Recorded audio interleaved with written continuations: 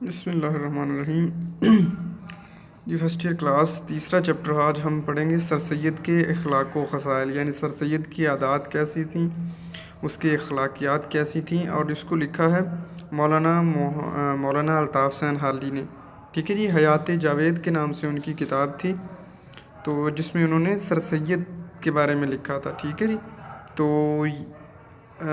مولانا الطاف حسین حالی کے بارے میں پانی پت میں یہ پیدا ہوئے، ان کی تاریخ پیدائش تاریخ وفات جو ہے اپنے اچھی طریقے سے یاد کرنی ہے کہ 1837 کو یہ پیدا ہوئے اور 1914 کو ان کا انتقال ہوا۔ ٹھیک ہے جی، اور آپ نے یاد رکھنا ہے کہ ایک ان کی بہت ہی مشہور کتاب جو ہے جنہوں نے ان کی زندگی کو تبدیل کیا، وہ ان کی مسدس حالی ہے، یعنی مد و جزر اسلام کی منظوم تاریخ لکھی تھی۔ ٹھیک ہے جی، ان کے بعد مولود شریف یعنی میلاد ولادت ہے، تو ایک کتاب ان کی یہ لکھی، اور مشہور کتاب ان کی حیات سعدی اور یادگار غالبی ان کی بہت مشہور کتاب ہے، جس میں جو ہمارے اردو ادب کے سب سے بڑے شاعر مرزا اسد اللہ خان غالب ہیں، ان کے بارے میں لکھا تھا۔ تو علمی حوالے سے کافی بڑی شخصیت ہیں مولانا الطاف حسین حالی۔ ٹھیک ہے جی،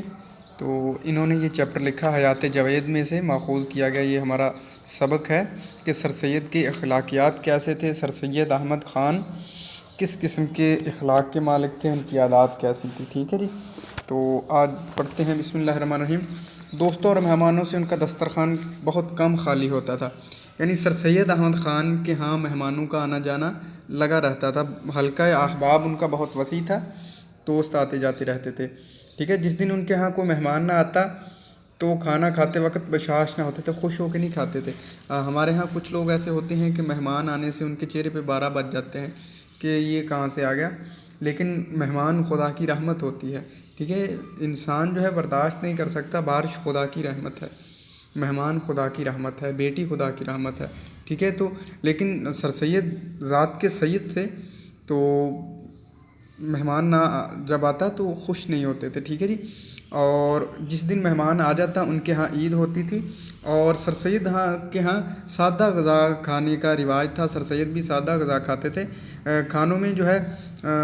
زیادہ تلی ہوئی چیزیں اور جو ایسٹک چیزیں ہوتی ہیں، جیسے آپ کیا کہہ لیں، آپ تلی ہوئی چیزیں جیسے ہوتی ہیں، تو ان کا جو ہے سر سید استعمال بہت ہی کم کھاتے تھے۔ ٹھیک ہو گیا جی، اس کے بعد جو ہے کسی بھی کھانے کو سر سید نکتہ چینی نہیں کرتے تھے، جس طرح کا مل جاتا تھا کھا لیتے تھے، اور تازہ سبزیاں اور آم اور خربوزے سر سید کو بہت زیادہ پسند تھے، اور ان کی خوراک پہلے جب جوان تھے تو کافی زیادہ تھی، لیکن جیسے بڑھاپے میں آئے تو پہلے سے کچھ خوراک کم ہو گئی تھی۔ ظاہر سی بات ہے، یہ کہتے ہیں جی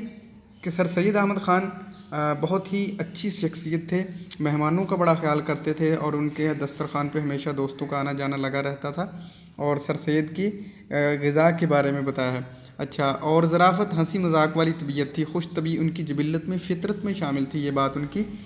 اور باتوں میں کوئی بناوٹ نہ تھی، بناوٹی باتیں جیسے ظاہر میں اور باطن میں اور کچھ اس طرح کا سر سید کے ہاں نہیں تھا۔ بالکل ظرافت اور خوش طبی میں مطلق تصنع نہیں تھا، بناوٹ نہیں تھی۔ ٹھیک ہے جی، یعنی منہ پہ کچھ اور ہے، اندر کچھ اور چل رہا ہے، ظاہر اور باطن میں تضاد، ایسے سر سید احمد خان بالکل نہیں تھے۔ ٹھیک ہے جی، تحریر میں، تقریر میں، بات چیت میں جو بھی لطیفہ یا شوخی ان کو سوجھ جاتی تھی، اگرچہ کیسی ہی شرم و حجاب کی، یعنی جو بھی ان کو کوئی بات ہنسی مذاق والی یا لطیفہ یاد آ جاتا تو چاہے کتنے ہی لوگ بیٹھے ہوتے تو سر سید وہ لطیفہ سنا دیا کرتے تھے، ایسی طبیعت تھی ان کی۔ اور ایک امر ان کے بیان کرنے کا خدا نے ایسا سلیقہ دیا تھا کہ کوئی بات تہذیب اور حد سے متجاوز یعنی تجاوز نہ ہونے پاتی تھی، یعنی لطیفہ یا ہنسی مذاق والی طبیعت اس طرح کی نہیں تھی کہ دائرہ تہذیب سے کوئی فحش بات کر دیتے، حتیٰ کہ قطعاً ایسی بات نہیں تھی۔ سر سید جو ہے ادب کو ملحوظ خاطر رکھتے تھے، تہذیب و شائستگی کو جو ہے نا ان کا دامن ہاتھ سے نہیں جانے دیتے تھے۔ سر سید کہ مطالعہ کی عادت ابتدا سے ہی ان کی دوست رہی ہے، رفیق رہی ہے، ساتھی رہی ہے۔ ٹھیک ہے، ان کو کتابیں پڑھنے کا بہت بڑا شوق تھا، جب بھی کوئی اچھی کتاب ان کی نظروں سے گزرتی تو یہ ضرور مطالعہ کرتے تھے، ٹھیک ہے جی۔ اور سر سید دل بہلانے کے لیے، ٹائم پاس کے لیے مطالعہ بالکل نہیں کرتے تھے۔ سر سید جو ہے وہ کتاب کی انفارمیشن، جو اس میں کتاب لکھنے والے نے، ادیب نے جو میسج دیا ہے، جو پیغام دیا ہے، اس کو سمجھتے تھے اور اس پہ بڑا گہرا مطالعہ کرتے تھے، اور مصنف کے خیالات سے اطلاع حاصل کرنا بھی ہوتا تھا۔ ظاہر سی بات ہے، کسی نے ایک کتاب لکھی ہے تو وہ کوئی میسج دینا چاہتا ہے، لکھاری جو ہے اپنے قارئین کے لیے کوئی نہ کوئی پیغام اپنی کتاب میں چھپایا ہوا ہے، تو اصل قاری وہی ہے جو اس پیغام کو سمجھے اور اپنی زندگی میں لاگو کرے۔ تو سر سید وہ نقطہ جو مصنف نے بیان کیا ہوتا تھا اس کو سمجھنے کی کوشش کرتے تھے، اور جو کوئی کتاب میں چیز اچھی لگتی ہے اسے کچی پینسل سے جو ہے وہ انڈر لائن کر دیتے تھے، اور بعض اوقات تو کسی رسالے یا جریدے میں ان کو کوئی تحریر یا تقریر اچھی لگتی تو وہ وہاں سے کاٹ کر اپنی فائل میں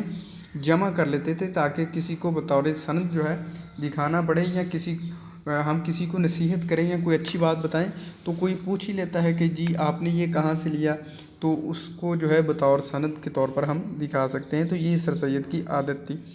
اور سر سید جو ہے ان میں ایک اور خوبی تھی کہ خطوں کا جواب وہ جو ہے نا بہت عمدہ طریقے سے دیتے تھے، اور فوراً دیتے تھے۔ یہ نہیں کہ کسی دوست کا خط آیا اور ان کے جواب میں تاخیر ہو گئی، نہیں،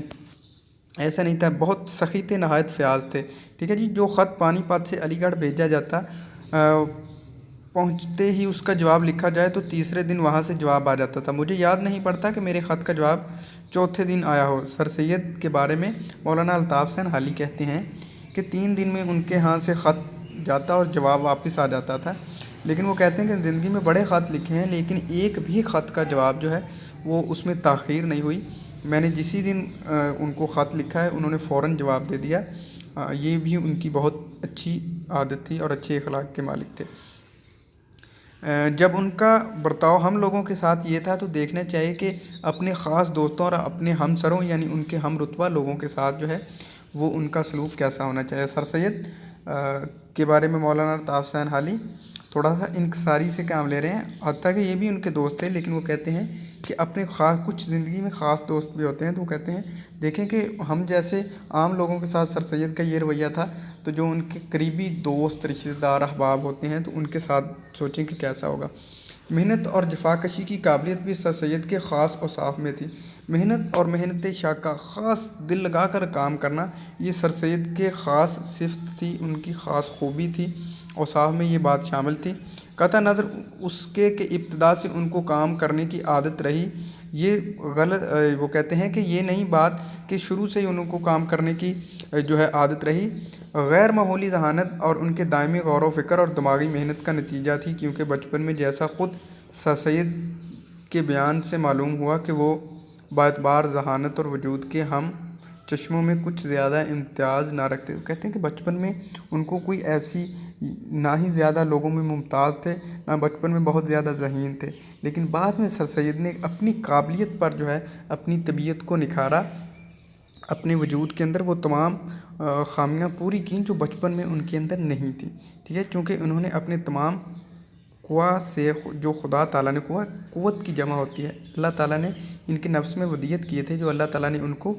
ان کی ذات میں جن چیزوں کو شرف بخشا تھا پورا کام لیا۔ ہر کسی میں کچھ نہ کچھ کرنے کی صلاحیت ہوتی ہے، ٹھیک ہے، اللہ کی طرف سے گاڈ گفٹ کہہ لیں جسے، وہ اس کو ودیت کہتے ہیں، تو اپنی اس خدا کی دی ہوئی چیز کو اچھے طریقے سے استعمال کیا جائے تو یہی جو ہے وہ اچھی بات ہوتی ہے۔ تو اس کے لیے ان کی ذہن و حافظہ اور عقل سب کو جلا ہو گئی تھی، یعنی انہوں نے اللہ تعالیٰ نے جو ان کو عطا کیا تھا ان سے پورا کام لیا، اور اسی کام نے، اسی بات نے ان کی عقل کو، ان کی ذہانت کو، ان کے حافظے کو جلا